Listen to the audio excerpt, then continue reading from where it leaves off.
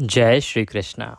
आप सभी को फाल्गुन मास के शुक्ल पक्ष के आमल की एकादशी की ढेरों शुभकामनाएं।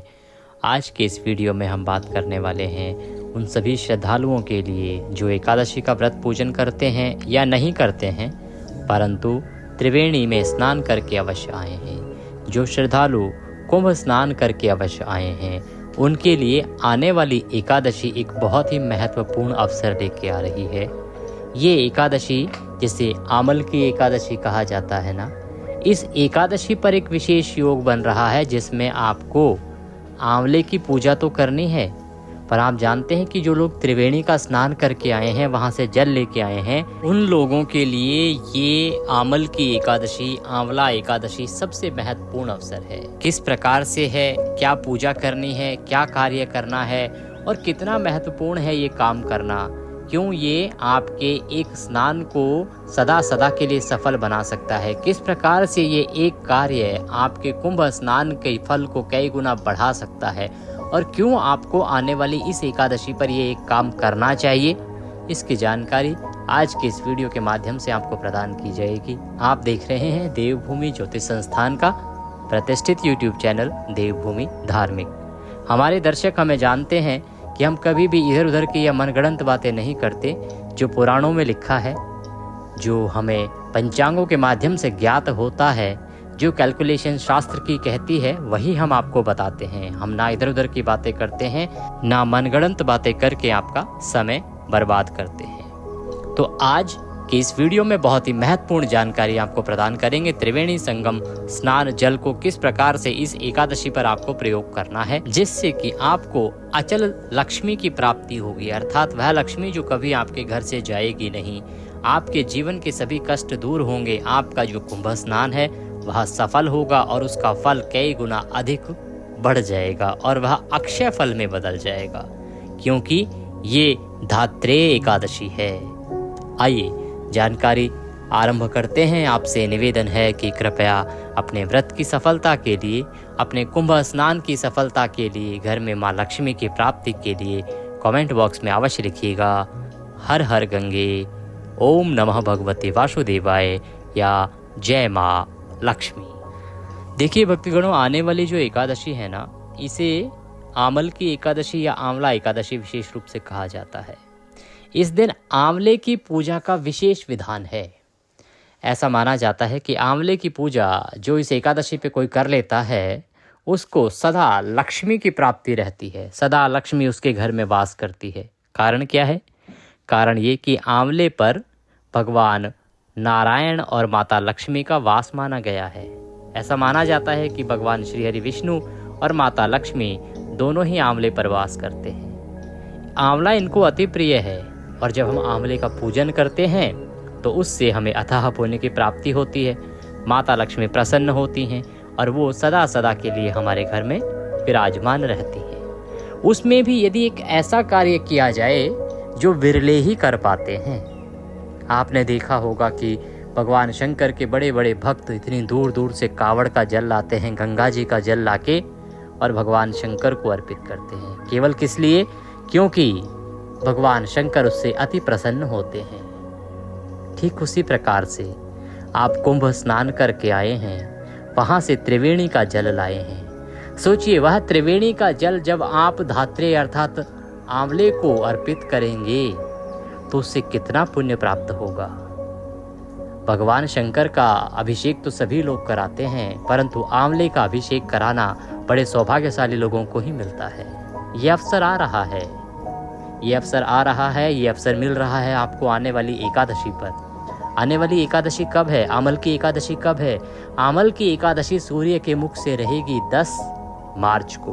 बस कुछ ही दिन बचे हैं। इस अवसर को हाथ से ना जाने दीजिए। इस अवसर पर न केवल आंवले का पूजन कीजिए, वरन आंवले को आप अर्थात धात्रेय जी को आप त्रिवेणी का जल अर्पित कीजिए। विधि हम बताएंगे आपको, पूजन कैसे करना है, जल अर्पित कैसे करना है और क्या साथ में अर्पित करना है, ये भी बताएंगे।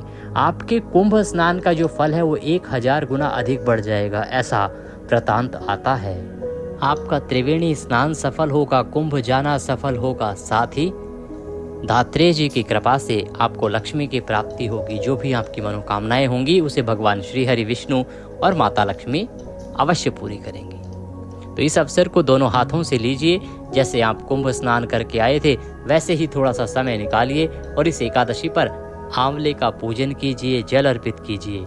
व्रत ना भी कर सकें तो पूजन अवश्य करिए। त्रिवेणी का जल अवश्य अर्पित कीजिए। विधि जो हम आपको बताने जा रहे हैं उस विधि से। ऐसा आवश्यक नहीं है कि आपको व्रत करना ही होगा। बिना व्रत किए केवल पूजन भी आप कर सकते हैं, जल अर्पित भी आप कर सकते हैं, उसका अलग ही फल आपको प्राप्त होता है। तो बताते हैं आपको किस प्रकार से आपको इस दिन पूजन करना चाहिए, क्या रहेगी पूजा विधि, क्या सामग्री इसके लिए आपके पास होनी चाहिए और क्या विधान है। आपसे एक निवेदन है कि जानकारी यदि आपको थोड़ी सी भी यूज़फुल लगे, थोड़ी सी भी काम की लगे, अच्छी लगे तो उसे एक बार लाइक अवश्य कीजिएगा। ये वीडियो बनाने में हमारे बड़े प्रयास जाते हैं और जब आप एक लाइक करते हैं तो उससे हमारी मेहनत सफल जान होती है। इसीलिए आपका एक लाइक हमारे लिए बहुत महत्वपूर्ण होता है। तो कृपया एक बार लाइक अवश्य कर दीजिएगा और अपनी मनोवांछित इच्छा पूरी करने के लिए, भगवान की प्रसन्नता के लिए, त्रिवेणी संगम स्नान सफल बनाने के लिए अवश्य लिखिए हर हर गंगे, जय माँ गंगे। तो एकादशी वाले दिन जो भी भक्तजन त्रिवेणी से लाए हुए जल से धात्रेय जी को प्रसन्न करना चाहते हैं, इस एकादशी के फल को प्राप्त करना चाहते हैं, उन सभी भक्तजनों को सूर्योदय से पहले अवश्य ही उठ जाना चाहिए। उठने के बाद स्नान आदि करके स्वच्छ वस्त्र धारण कीजिए। स्वच्छ वस्त्र धारण करके आपका जो भी पूजा स्थल है वहाँ पर पूजन के लिए सामग्री एकत्र कर लीजिए। पूजन के लिए जब सामग्री एकत्र करेंगे तो आपके पास आंवले का वृक्ष होना चाहिए, आंवले का पौधा होना चाहिए। आंवले का वृक्ष या पौधा ना होना तो आप आंवले के फल पर भी पूजन कर सकते हैं, क्योंकि सभी के पास आंवला उपलब्ध नहीं होता। प्रयास कीजिए, आपके पास नहीं होगा तो मंदिर में होगा, मंदिर चले जाइए, और अगर कहीं भी आपको ना मिले तो आंवले के फल से आप पूजन कीजिएगा। परंतु पूजन कीजिएगा अवश्य, और आंवले के 5 प्रयोग बताए गए हैं उनको अवश्य कीजिएगा। इसका वीडियो भी हमने अपलोड किया है कि आंवले के कौन से 5 प्रयोग हैं जो आपको इस एकादशी पर अवश्य करने हैं। उस वीडियो को देख लीजिएगा, यहाँ लिंक हम डिस्क्रिप्शन में आपके लिए दे देंगे। क्योंकि इस आंवले पर यदि आप व्रत करते हैं ना तो आपको ये 5 प्रयोग अवश्य करने चाहिए। अब यहाँ इस वीडियो में हम बात कर रहे हैं कि त्रिवेणी के जल से आपको किस प्रकार से धात्रेय जी को प्रसन्न करना है। धात्रेय अर्थात आंवले को ही धात्रेय कहा जाता है। जो इनका मंत्र है वो है ओम धात्रेय नमः, ओम धात्रेय नमः, ओम धात्रेय नमः। ये मंत्र आपको जप करना है, इससे आंवला देव प्रसन्न होते हैं। अब हम पूजन के लिए आगे बढ़ते हैं कि कैसे आपको पूजन करना है और क्या सामग्री आपको एकत्र करनी है। तो पूजन सामग्री में आपके पास होना चाहिए आंवले का पौधा या वृक्ष, जैसा हमने आपको बताया, या आंवले का फल। इसके अतिरिक्त भगवान श्री हरि विष्णु की तस्वीर भी आप रखिएगा। एक लोटे में जल लीजिएगा। जल से पहले उसमें त्रिवेणी का जल भर लीजिएगा। जल आपके पास बहुत अधिक हो तो आप पूरा त्रिवेणी के जल से भी पूजन कर सकते हैं, अन्यथा आप शुद्ध जल उसमें मिला लीजिएगा। पंचामृत अवश्य बना लीजिएगा। पंचामृत कैसे? थोड़ा सा कच्चा दूध, दही, घी, शहद और शक्कर, ये 5 चीज़ों को मिला के पंचामृत बनाइएगा। रौली, मौली, पान, सुपारी, लौंग, इलायची, धूप, दीप, नैवेद्य, और भगवान को भोग लगाने के लिए नैवेद्य में या तो मिठाई या तो फल या तो मिश्री आप ले सकते हैं। फूलों की माला ले लीजिएगा, खुले पुष्प ले लीजिएगा, और इत्र यदि मिल जाए तो उत्तम है, साथ ही जनेऊ ले लीजिएगा। ये सामग्री आपने एकत्र करनी है। धूप दीप के साथ जो शुद्ध घी का दीपक है वो अवश्य रखिएगा। सारी सामग्री एकत्र करके अपने पूजा स्थल पर बैठ जाइएगा। अब पूजन के स्थल 2 हो सकते हैं इसमें। कैसे? एक स्थल तो वह हो सकता है जहाँ पे कि आंवले का आपका वृक्ष है, क्योंकि कई जगह पर आंवले का वृक्ष बहुत बड़ा होता है, या आंवले का जो पेड़ है जिस गमले में लगा हुआ है वो बहुत बड़ा है, तो वो जहाँ रखा हुआ है वो आपको वहीं पर बैठकर पूजन करना पड़ेगा। दूसरा, कुछ लोगों के पास आंवले का छोटा पौधा भी हो सकता है, तो वो अपने पौधे को या अपने गमले को अंदर उठा के भी ला सकते हैं जो आपका पूजा स्थल है वहाँ पर। जो आपके लिए सुविधाजनक हो आप ऐसा कीजिएगा, चाहे आंवले के वृक्ष के पास कीजिएगा, चाहे पूजा स्थल पर आंवले के वृक्ष को ले आइएगा। यदि आंवले के वृक्ष के यहाँ कर रहे हैं तो भगवान श्री हरि की स्थापना भी वहीं कीजिएगा, क्योंकि आंवले के वृक्ष के साथ साथ आपको भगवान श्री हरि का पूजन भी अवश्य करना चाहिए। सामग्री एकत्र करके आसन लगा के बैठ जाइए। प्रयास कीजिएगा कि मुख उत्तर दिशा की ओर करें या पूर्व दिशा की ओर मुख करिएगा। सबसे पहले स्थान का पवित्रीकरण और जो सामग्री है उस सबका शुद्धिकरण पवित्रीकरण, उसके बाद हम पूजन में आगे बढ़ेंगे। तो एक पुष्प लीजिएगा और जिस लोटे में त्रिवेणी का जल आपने भरा है उस जल से उस पुष्प को उस जल में डुबोइएगा और उस पुष्प से सभी सामग्री पर और आसपास की जगहों पर छींटे दीजिएगा जहाँ बैठ के आप पूजन कर रहे हैं। ये आप स्थान का पवित्रीकरण कर रहे हैं। हम यहाँ से मंत्र पढ़ते हैं, ओम पवित्र हो अपवित्रवांग सर्वांग वस्तांगतो विवाम यह स्मृत पुंडरीकाक्षम सवयंतरः शुचि ओम। इस प्रकार से आपने स्थान का पवित्रीकरण किया है। स्थान को पवित्र करने के बाद पूजन में आगे बढ़ेंगे। अब आप जल आचमनी करेंगे 3 बार और पहले हाथ धोएंगे। तो एक चम्मच से अपने सीधे हाथ पर जल लीजिए और हाथ धो लीजिए। ओम हस्तो प्रक्षालनम। हाथ धोने के बाद एक बार मंत्र पर 1 चम्मच जल पिएंगे। इस प्रकार से हाथ पर 1-1 चम्मच जल लेके आपको 3 मंत्र पे 3 बार पीना है। ओम माधवाय नमः जल लीजिए 1 चम्मच हाथ पे और पी लीजिए। ओम केशवाय नमः जल लीजिए पी लीजिए। ओम नारायणाय नमः जल लीजिए पी लीजिए। ओम ऋषिकेशाय नमो नमः। हाथ पर 1 चम्मच जल लीजिए और हाथ धो लीजिए। हस्तो प्रक्षालनम। अपने आप को तिलक कीजिए, अपने आप को मौली बांधिए। आपके पारिवारिक जन भी यदि बैठकर आपके साथ पूजन कर रहे हैं तो उन्हें भी मौली बांधिए, तिलक कीजिए। भगवान की स्थापना करेंगे। भगवान की स्थापना करने के लिए यदि आपके पास कोई चौकी है तो चौकी लीजिए, उस पर पीला वस्त्र बिछा लीजिए, उसके ऊपर हम भगवान को विराजमान करेंगे। अन्यथा आप पृथ्वी पर भी भगवान को विराजमान करके पूजन कर सकते हैं, उसमें कोई दोष नहीं होता है। आप जब भगवान को स्थापित करेंगे तो पहले आसन दिया जाता है। तो आसन के रूप में पहले पुष्प रखिएगा और उसके ऊपर भगवान की प्रतिमा या तस्वीर जो भी आपके पास है उसको स्थापित कीजिएगा। प्रयास कीजिएगा यदि आपके पास प्रतिमा मिल जाए तो उत्तम रहेगा, क्योंकि जिस प्रकार से हम आंवले का अभिषेक करेंगे, पूजन करेंगे, जल अर्पित करेंगे, वैसे ही हम भगवान श्री हरि विष्णु को भी त्रिवेणी से स्नान कराएंगे, जो अति फलदायी माना गया है। तो यदि आपके पास प्रतिमा है तो प्रतिमा रखिएगा। कुछ लोग कहते हैं जी लड्डू गोपाल जी को रख लें क्या? हाँ, अगर आपके पास भगवान श्री हरि की कोई प्रतिमा नहीं है तो लड्डू गोपाल जी को भी रख सकते हैं। तो पुष्प रखिएगा, पुष्प के ऊपर भगवान को स्थापित कीजिएगा। इसी प्रकार से आंवला जहाँ आप रख रहे हैं वहाँ पर भी पुष्प रखिएगा, पुष्प के ऊपर ही आप आंवले को स्थापित कीजिएगा।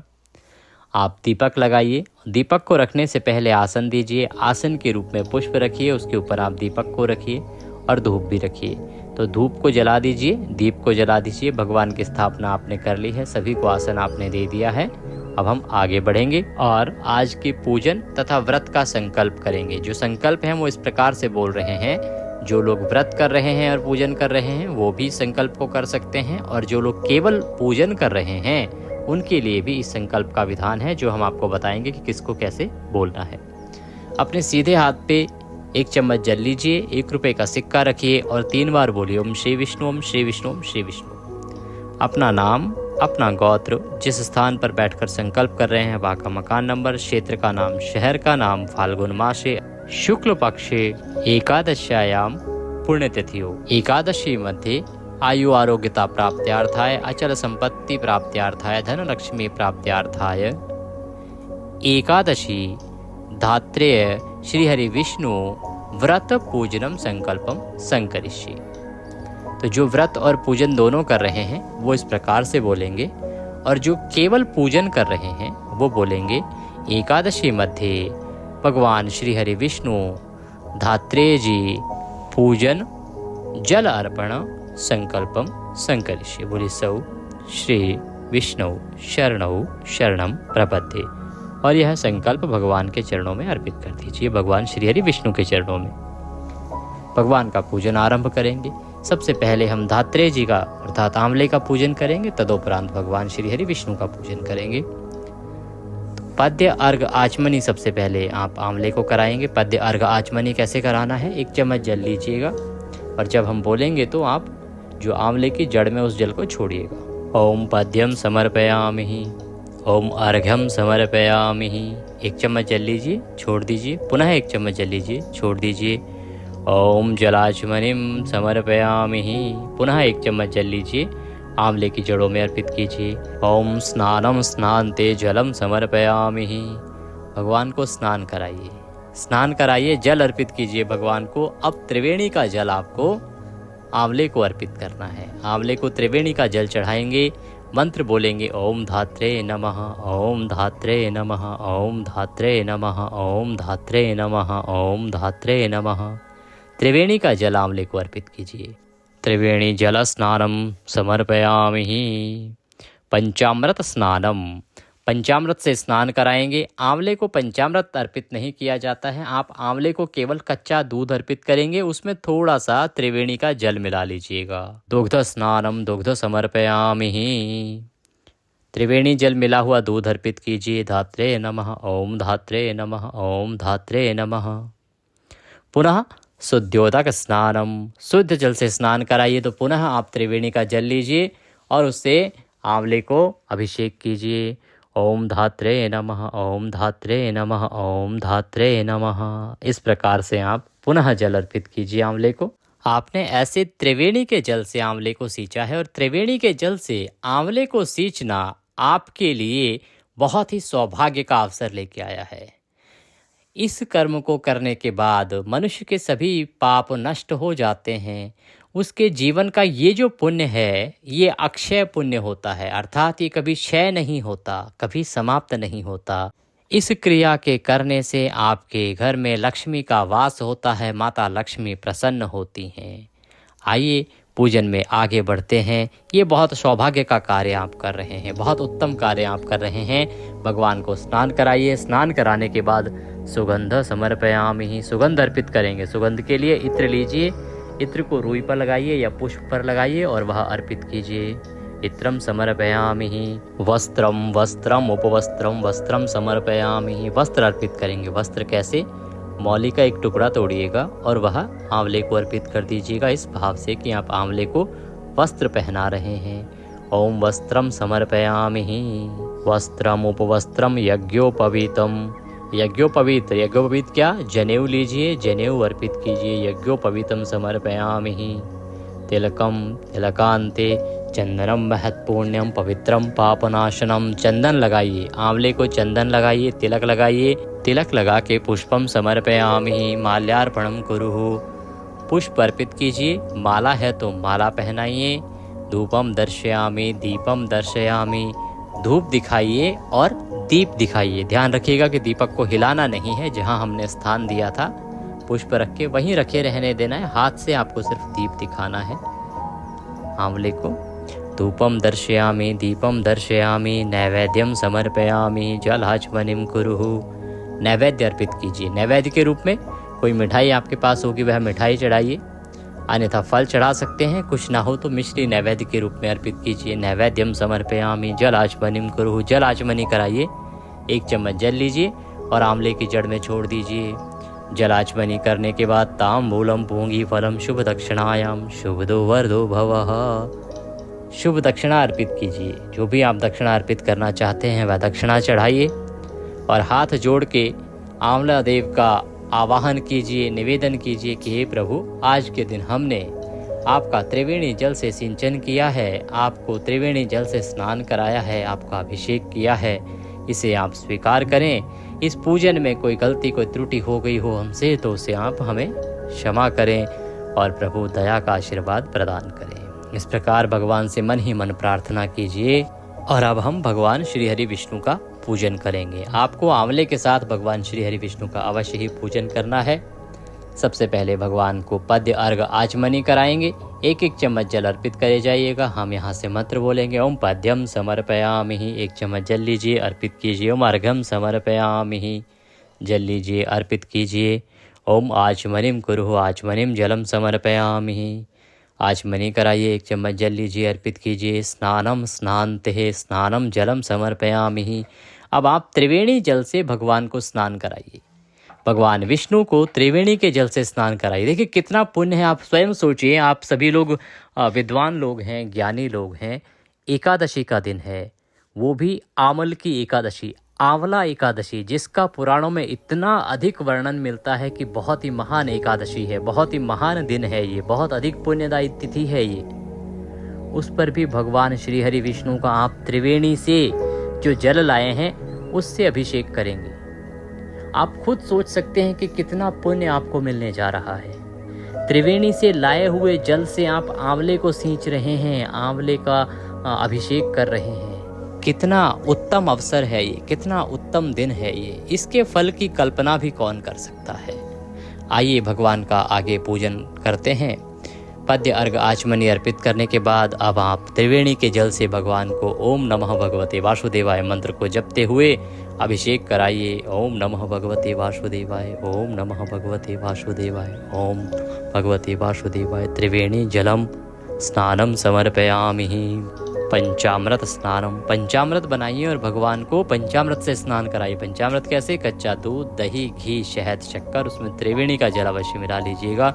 उससे भगवान की प्रतिमा को अभिषेक कीजिए, पंचामृत से नहलाइए। पंचामृत से नहलाने के बाद शुद्धोदक स्नानम, शुद्ध जल से स्नान कराएंगे। अब शुद्ध जल से स्नान कराने के लिए पुनः त्रिवेणी का जल लीजिए और भगवान श्री हरि को पुनः त्रिवेणी के जल से स्नान कराइए। ओम नमः भगवते वासुदेवाय, ओम नमः भगवते वासुदेवाय।